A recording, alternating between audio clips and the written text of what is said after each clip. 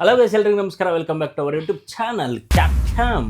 So ನಾವಿವತ್ತು ಬಂದಿರುವಂತಹ ವಿಷಯ ಏನಂದ್ರೆ ಆಖರಿ ಸವಾಲ್ ಅಂತ ಹೇಳಿ ಒಂದು ಟ್ರೈಲರ್ ರಿಲೀಸ್ ಮಾಡಿದ್ದಾರೆ. ಸಂಜಯ್ ದತ್ ಅವ್ರದ್ದು. ಅದನ್ನ ರಿಯಾಕ್ಟ್ ಮಾಡಕ್ ಬರ್ತಾ ಇದೀವಿ. ಅದ್ರ ಬಗ್ಗೆ ಇನ್ಫಾರ್ಮೇಶನ್. ಮೇನ್ ಸ್ಟಾರ್ ಕಾಸ್ಟಿಂಗ್ ಬಂದ್ಬಿಟ್ಟು ಸಂಜಯ್ ದತ್ ಅವರಿದ್ದಾರೆ, ಲೆಜೆಂಡ್ರಿ ಆಕ್ಟರ್.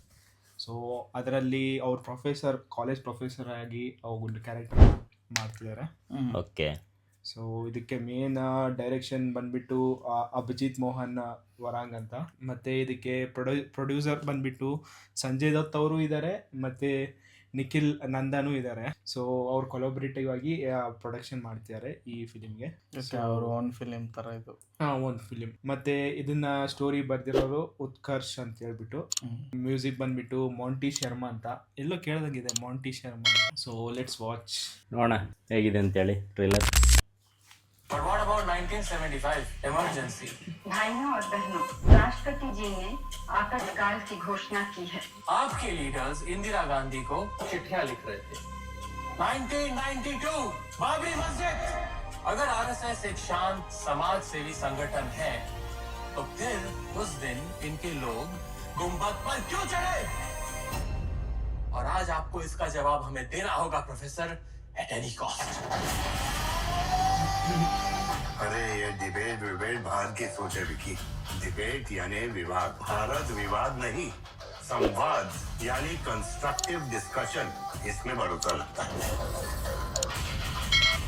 सच नरेट नहीं करना होता, नरेटिव को सच बनाना होता है. अच्छा हुआ छत्रपति शिवाजी महाराज के समय सोशल मीडिया नहीं था, वरना आजकल के सो कॉल्ड लेफ्टिस्ट अगर उस समय होते ना और सुनते कि अफजल खान को मिलने शिवाजी जा रहे हैं, तो हैशटैग बनाते, will Shivaji bend the knee.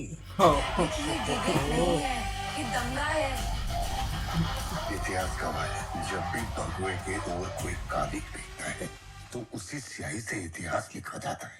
Left is always right. सारा मुझे अपने लक्ष्य तक पहुंचना है. अगवा या हरा, इससे मुझे कोई फर्क नहीं. फर्क पड़ता है विकी.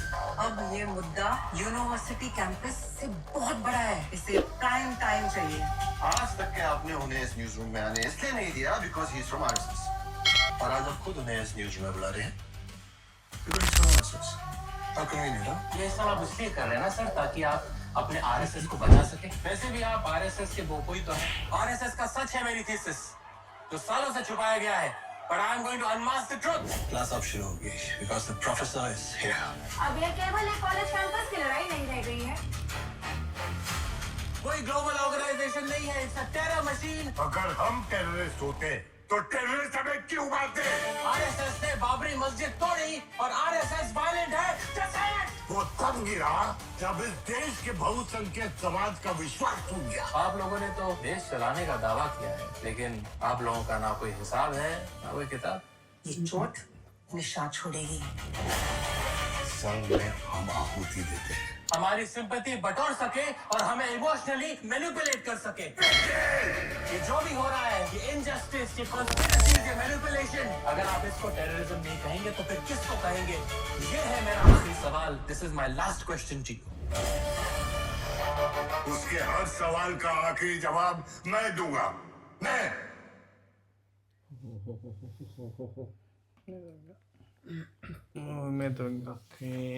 ಯಾವ ತರ ಅನಿಸಿದೆ ನಿಮಗೆ? ಹೆವಿ ಇದೆ ಆಕ್ಚುಲಿ.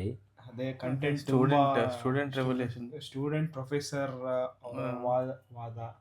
ಅದ ಆಲ್ಮೋಸ್ಟ್ ಸ್ಟೂಡೆಂಟ್ ರೆವಲ್ಯೂಷನ್.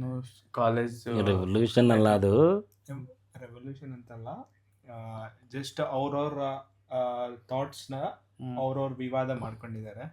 ಅದೇ ಅದು ಬೌಂಡ್ರಿ ವಿತಿನ್ ಕಾಲೇಜ್ ಬೌಂಡ್ರಿ ದಾಟಿ ಹೊರಗೆ ಸೊಸೈಟಿಯಲ್ಲಿ ಹೋಗಿರೋ ದೃಶ್ಯ ಕಂಡು ಬರ್ತಾ ಇದೆ. ಅದು ಆಕ್ಚುಲಿ ಸೀರಿಯಸ್ ಮ್ಯಾಟರ್ ತಗೊಂಡಿದ್ದಾರೆ. RSS ಅಂತ ಹೆಸರು ತಗೊಂಡಿದ್ದಾರೆ ಅಂದ್ಮೇಲೆ ಅದೇ ಅದು ಪ್ರಾಪರ್ ಆಗಿ ಇರ್ಲೇಬೇಕಾಗತ್ತೆ. ಸ್ಟೋರಿನ ಆ ಕಡೆ ಈ ಕಡೆ ತಗೊಂಡೋಗಂಗೆ ಇಲ್ಲ, ಅಲ್ಲಿ ಹೆಂಗಿದ್ಯೋ ಹಂಗೆ ತಗೊಂಡೋಗ್ಬೇಕಾಗತ್ತೆ. ಹೌದು. ಸೊ ಹೆಂಗ್ ಬರುತ್ತೆ ಆದ್ರೆ ನೋಡ್ಬೇಕು. ಹೇಳ್ಬೇಕಂದ್ರೆ ಕೆಲವು ಬೋಲ್ಡ್ ಸ್ಟೇಟ್ಮೆಂಟ್ಸ್, ಡೈಲಾಗ್ಸ್ ಇದಾವೆ. ಅದೇ ಬಹಳ ಬಹಳ ಸೆನ್ಸಿಟಿವ್ ತರನೂ ಇದೆ. ಸೆನ್ಸಿಟಿವ್ ಕಂಟೆಂಟ್ಸ್ ನ ಈ ತರ ತಗೊಂಡಿದಾರಲ್ಲ. ಡೈಲಾಗ್ ಇದೆ, ಲೆಫ್ಟ್ ಈಸ್ ಆಲ್ವೇಸ್ ರೈಟ್.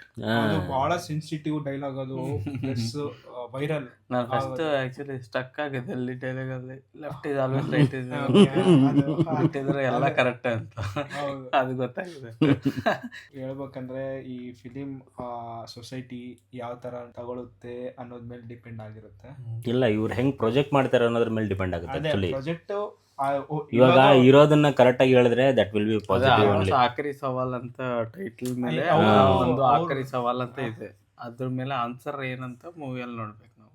ಅದೇ ಅದೇ ನಾವು ಅವ್ರು ಪ್ರೊಜೆಕ್ಟ್ ಮಾಡಿರ್ಬೇಕಾಗಿರೋದು ನಿಜಾನೇ. ಪ್ರೊಜೆಕ್ಟ್ ಅವ್ರ ಕಡೆಯಿಂದ ಪ್ರೊಜೆಕ್ಟ್ ಮಾಡ್ತಾರೆ, ಆದ್ರೆ ಆಸ್ ಎ ಆಡಿಯನ್ಸ್ ಯಾರು ಯಾವ ತರ ತಗೊಳ್ತಾರೆ ಅನ್ನೋದು ಗೊತ್ತಾಗಿಲ್ಲ. ಹೌದು, ಅದು ಡಿಪೆಂಡ್ಸ್ ಆನ್ ದ ಆಡಿಯನ್ಸ್.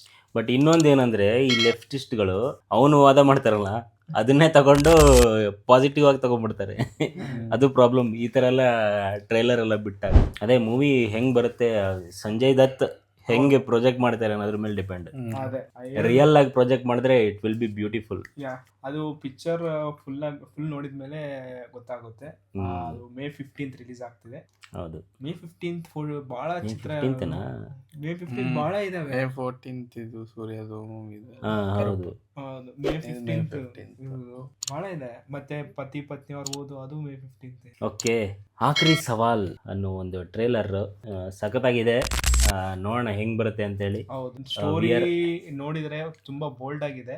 ಹೌದು, ಬಹಳ ಕುತೂಹಲದಿಂದ ಯಾವ ಸೀನ್ಸ್ ಯಾವ ತರ ಫ್ರೇಮ್ ಮಾಡಿರ್ತಾರೆ, ಸ್ಟೋರಿ ಹೆಂಗ್ ತಗೊಂಡು ಹೋಗ್ತಾರೆ ಅನ್ನೋದು ಕ್ಯೂರಿಯಾಸಿಟಿ ಜಾಸ್ತಿ ಮಾಡುತ್ತೆ. ಅದೇ ಈಗರ್ಲಿ ವೇಟಿಂಗ್ ಫಾರ್ ದಟ್ ಹೆಂಗಿರುತ್ತೆ ಅಂತ ಹೇಳಿ. ಓಕೆ, ಸದ್ಯಕ್ಕೆ ನಮ್ಮ ರಿಯಾಕ್ಷನ್ ಇಷ್ಟೇ. ಮುಂದಿನ ವಿಡಿಯೋಗಾಗಿ ಕಾಯ್ತಾ ಇರಿ. Signing off from ಕ್ಯಾಪ್ಟಮ್.